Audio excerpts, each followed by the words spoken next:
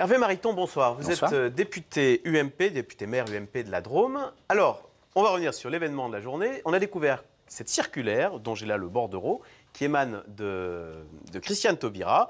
Voilà, donc on voit. Et qui demande aux tribunaux d'accorder la nationalité française aux enfants nés à l'étranger de mères porteuses. Alors, les mères porteuses, c'est interdit en France. Il n'empêche, il y en a qui font le voyage et qui reviennent avec des enfants. Ces enfants, ils existent. Ils sont, bon, peut-être pas des centaines de milliers, mais ils existent. Et aujourd'hui, ils n'ont pas de passeport, ils n'ont pas la nationalité française. C'est faux. Ces enfants, pour la plupart, naissent aux États-Unis actuellement. Et ces enfants ont, du fait de l'application du droit du sol aux États-Unis, la nationalité américaine. Quand ils reviennent en France, ils ont donc un passeport américain. Il y a pire dans la vie que d'avoir un passeport américain. Deuxièmement, au cours de la vie de ces enfants, il leur est possible d'acquérir la nationalité française. Quel est le sujet? Ça n'a rien d'un sujet pratique, c'est un sujet militant. En réalité, c'est la volonté de certains que la nationalité française et que la certification de cette nationalité leur soit immédiatement et systématiquement accordée.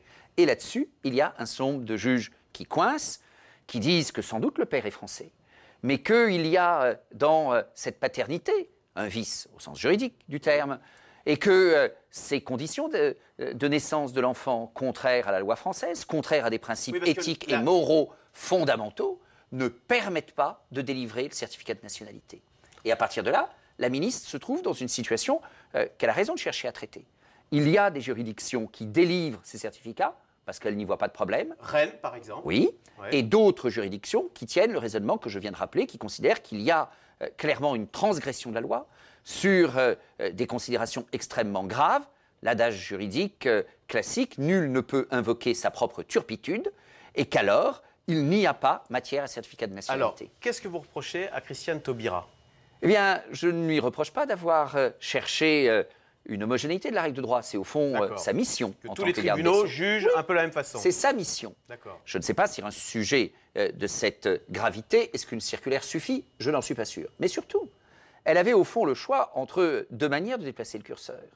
Elle aurait pu, parce que c'est un socle de conviction de beaucoup de Français, de droite et de gauche, refuser de faciliter la gestation pour autrui, parce que clairement... Donc la location de vente. Oui, la location de vente, je vais y revenir. Voilà. Elle pourrait dire, eh bien, les magistrats qui considèrent qu'il y a un obstacle légal et moral fondamental ont raison.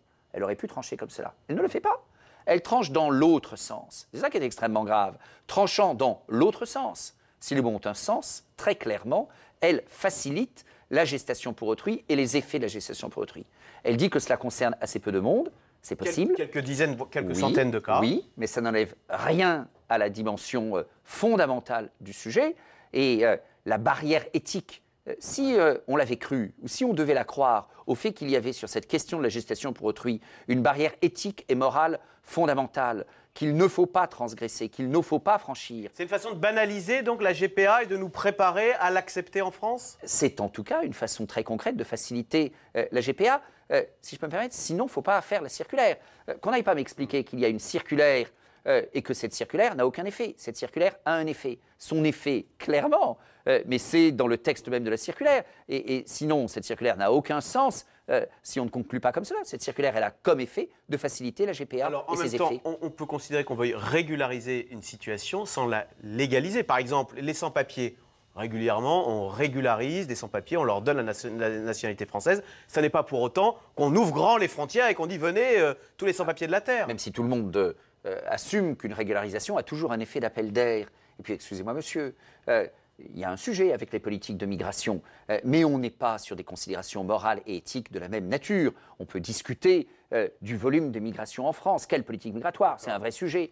Mais c'est un sujet de degré et pas de nature. Là, c'est un sujet éthique, extraordinairement résumé par Pierre Berger, qui est au centre du débat à gauche pour le projet de loi actuel sur le mariage, la filiation, les perspectives d'assistance médicale à la procréation et pourquoi pas de gestation pour autrui, quand Pierre Berger assimile la location d'un ventre à l'offre d'une force de travail. Alors ça, je ne le partage pas. Ça va requinquer la droite dans son opposition au mariage pour tous? Écoutez, oui, mais c'est pas là le principal. Qui sera voté, hein, puisque vous êtes minoritaire. Non. Ah bah le mariage pour tous. Non, il ne sera pas voté. Le 12 février, mais enfin la gauche est majoritaire à l'Assemblée nationale. Oui, mais vous n'avez pas écouté mon intervention hier. Comme orateur du groupe UMP, je ne me suis pas adressé aux miens, c'eût été trop facile. Je me suis adressé à la majorité. Et je sais qu'il y a des doutes dans la majorité. D'abord, je sais qu'il y a quelques députés dans les différents groupes de la majorité, en tout cas socialistes, radicaux de gauche et communistes, qui ne veulent pas voter le texte. Je sais qu'il y en a qui sont soumis. Il y en a à l'UMP qui vont le voter. Mais bien moins nombreux. Oui, bien moins nombreux. Je sais qu'il y en a qui sont soumis à des pressions, à la férule du groupe socialiste, à la règle de fer de la discipline de vote. Les députés d'outre-mer qui aimeraient ne pas le voter parce que c'est leur sentiment, mais là aussi, il y a un problème de discipline de groupe. Et puis certains qui trouvaient au fond qu'il y avait une forme de réponse rassurante pour eux. On leur disait le mariage et la filiation, tu sais, oui, mais en tout cas dans ce texte, il n'y a pas l'assistance médicale à la procréation. Oui, mais enfin, quelques semaines après. Et puis dans ce texte, il n'y a pas la gestation pour autrui. Oui, mais enfin, pas quelques semaines après, en l'occurrence, quelques jours avant.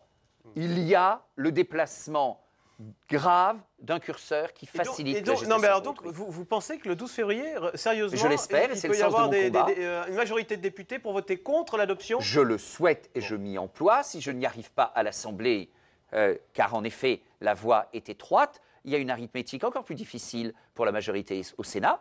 Et je suis convaincu que cette faute, ce n'est pas une maladresse, cette faute du gouvernement devrait aider à ce que des députés socialistes à l'Assemblée, des sénateurs socialistes au Sénat se réveillent.